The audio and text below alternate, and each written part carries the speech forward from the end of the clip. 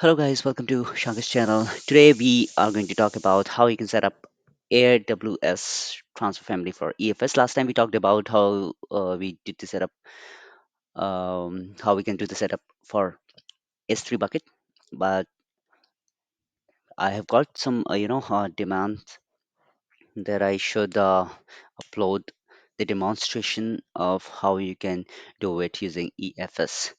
So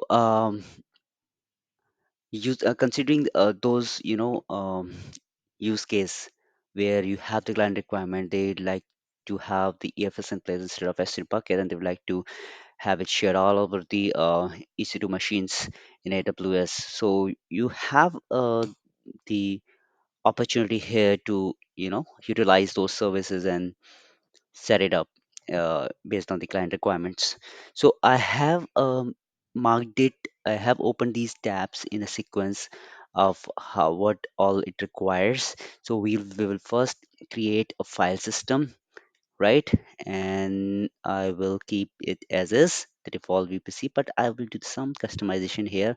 Whatever I don't need for now for this demonstration, I will not choose this like this. I will not choose these automatic backups so that it I can have like clear uh, steps for the cleanup in the end.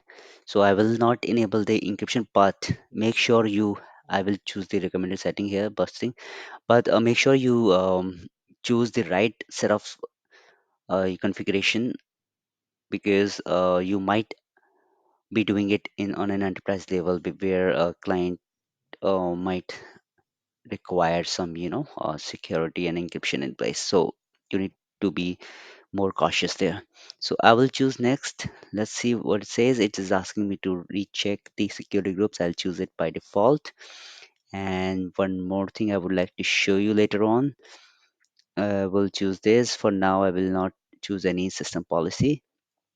I'll say let's create it for now with the default settings. It is creating. It will become available very soon. So meanwhile, it is getting created. Let's launch. I think it got created. Yeah. So how you can make sure that it is created becomes available here, right? So if I click this and if I check the configuration, the metered size is this, and what we have here is the lifecycle management. Everything I have done none for now, and this is what all it needs. Like even I would just require this only. Okay, so let's see what it says when you hit attach. We might use this command later on to mount this EFS on the EC2 machines. But where are the EC2 machines? Let's come to the EC2 instance tab and launch instances quickly with some default settings. EFS EC2 for SFTP. Okay, number of instances two. The reason I'm launching two instances because just to show you how EFS works, and I will not go with any key pair because I will launch it on browser only. I will not do putty, and I'll choose the default settings. So if I do compare security group rules, I will tell you what you need to do here is you will need to allow NFS port and the SSH port if you are working for these EC2 machine that decides under some VPC on an organization level. So these two ports you need to allow. Make sure you don't allow all traffic. These two ports you need to allow with some certain set of range source, might be some office network or anything. And this is the NFS setup because NFS, sorry, security group port, and I have allowed the similar the same security group as the source because it will be attached, or it is already attached to EFS. I have shown you here in the network configuration. You already have it here, so that's the reason I have allowed the source as uh, that only. So I'll hit cancel for now. I have Let's come back to the zero machine setup, launch instance, and the instances are being created. And let's say the instance state equals running. So I will have only running instances here. Let's see. It will be up soon. Okay, it has become pending and it is now running. Okay, so meanwhile the status checks become 2 by 2. Let's go ahead and create a role, the next setting, and I'm doing all of this because I will require in the SFTP setup. So I must have some, certain uh, prerequisites in place.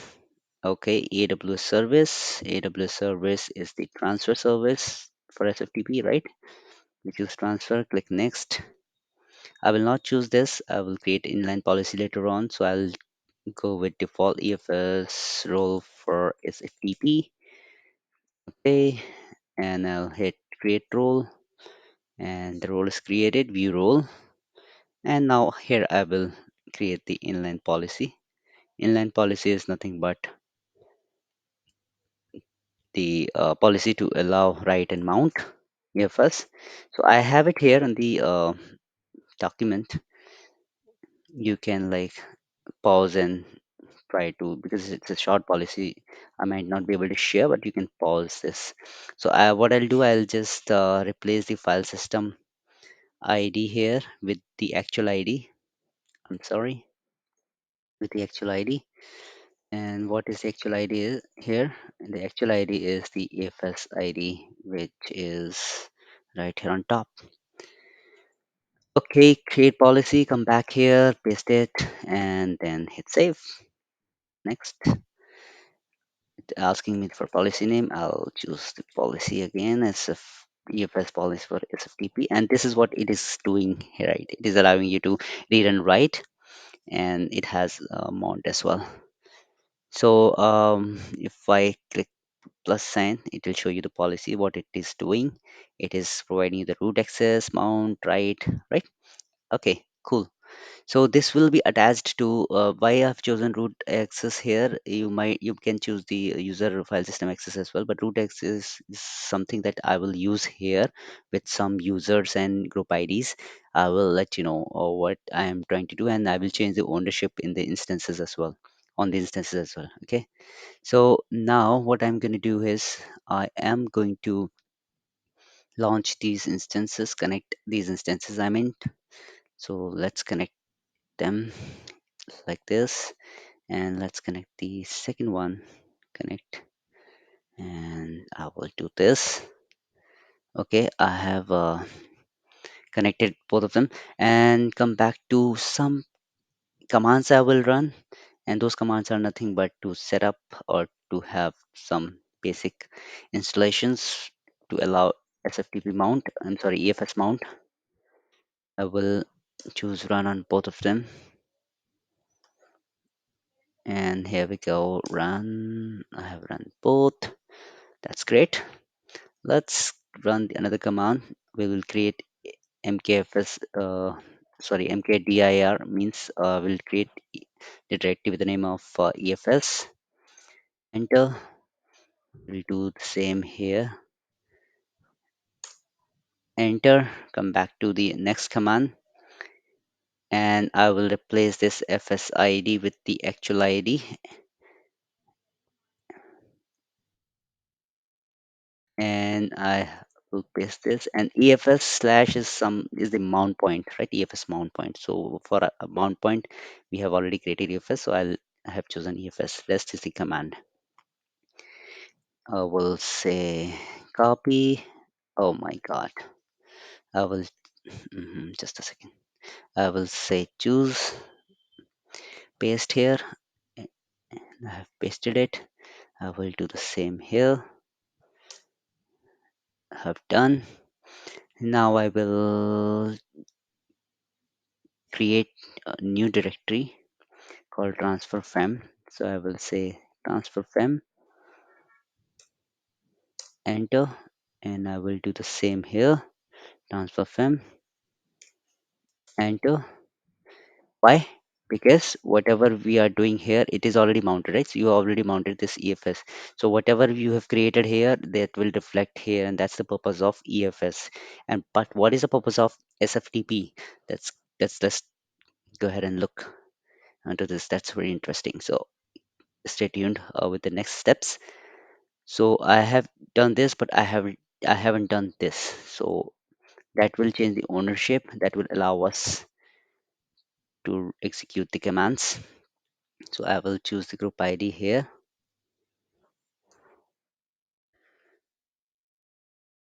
1101, and the user as well, 1101. The permissions are like this only, right? 1101, and I'll change the ownership. You can choose any number, but whatever you're choosing here, that POSIX ID, you'll have to mention that POSIX ID on the SFTP server setup. So I haven't started SFTP server setup. That's all of prerequisites I'm doing. I'll hit next, and I'll run the same command here,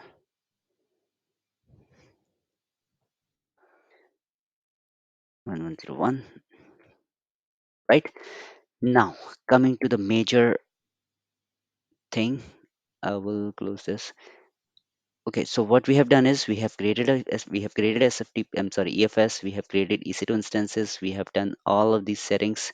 So suppose you create here, for an example, what you have done is, let's create SFTP server and show you the direct demo. Choose next, next. I'm not going to select VPC hosted because I want uh, it to be visible for everyone who are watching this video globally. Next, and here I will choose EFS, and I will not choose any of them. Log group, existing log group may we may have, but let's leave as is. Create new log group, we can create anyways. I will choose the default settings for now, and I will say next. And what I'll do is, this is the SFTP setup you might have done already, just a little bit of change here. It is asking me to add a user. It is starting now. So let's wait for it to get started. Since we have no users, we'll add users. So meanwhile it is starting, I'm going to create the SSH key for the user I will be using here, and make sure you also do it. And this is something I have showed multiple times on my previous videos. So you can have a watch on all of them and come back here. So I'll take a pause and be back with the right set of settings. All right, I'm back. So it has become online, and let's add user now. So here for me the user would be EFS user for SFTP. What's this ID? See, that's the reason I showed you there, right? 1101. So it would be in the numeric digits. So it accepts number from 0 to this is this. So if you already have the POSIX ID for any other user you would like the access to be allowed, you can choose that one, but make sure you give the permissions here, so that the upload and download can be executed. So I'll choose 1101, and the group ID is also 1101. The secondary group ID you can choose, and you can give the permissions to that as well, but I haven't given, but I'll choose this. And this is the role, EFS role for SFTP that we created earlier, right? And that's the EFS file home directory that we have created. And here it is saying EFS user for SFTP. So, but this is the optional folder which we already have created. If you remember, we have made the directory called transfer fam here. See, make EFS and transfer fam. So EFS is the file system by default. So transfer fam is the folder. The next folder you would uh, be entering here like this. Okay. And if you would like to restrict the upload to this only, you can. If in case you have like multiple folders, you can enter those folders names as well. But transfer fam is one of them I'm going to use for this demonstration. I'll say add. Right now, I will add the SSH key to it, so that I can do the SFTP. So this is all SFTP configuration. I have already pasted the SFTP. You can also do that. And this is the public key that you have generated. And what you'll do, you will convert the PEM key. See, when you generate the keys, you get public and PAM. You will enter public key here, in the SSH key for the user, but you will convert the PAM into PPK for accessing SFTP, like I showed you last time in the S3 setup for AWS transfer family. Okay, so we are almost done with our setup. Let's try to um, configure it on WinSCP. I have downloaded WinSCP, and the host name would be, the drop down file protocol should be SFTP, and then here I will choose the name and username. Username should be this one, EFS user for SFTP. So I will choose this only, EFS user for SFTP. If I hit advanced, I don't have the password, I just have the key authentication. I will choose the private key. I will browse it and be back. Okay, I've browsed it, and now I'm going to. I just hit OK after browsing, and now I'm back here in login screen. I'll hit login.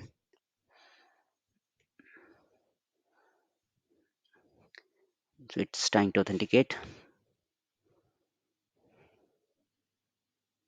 So it's authenticated now. Okay, so I have now transfer fam folder configured here in the SFTP. Now let's try. I have this demo.txt file that has nothing in it but just a file. So if you want, you can create a new file or whatever file you have here, like a new file. If I do here index.html, if I click this and say index.html file for EFS using SFTP. Right, I'll save. Now, since I have index.html, I'll drag, copy, and paste it. Let's see what it says. Okay, it is pasted. Do you see? Now, if I go to EC2 instance, and if I go to this particular folder, cd EFS cd transfam, and do ls, it will have index.html. Not here only, since EFS is attached to this instance as well.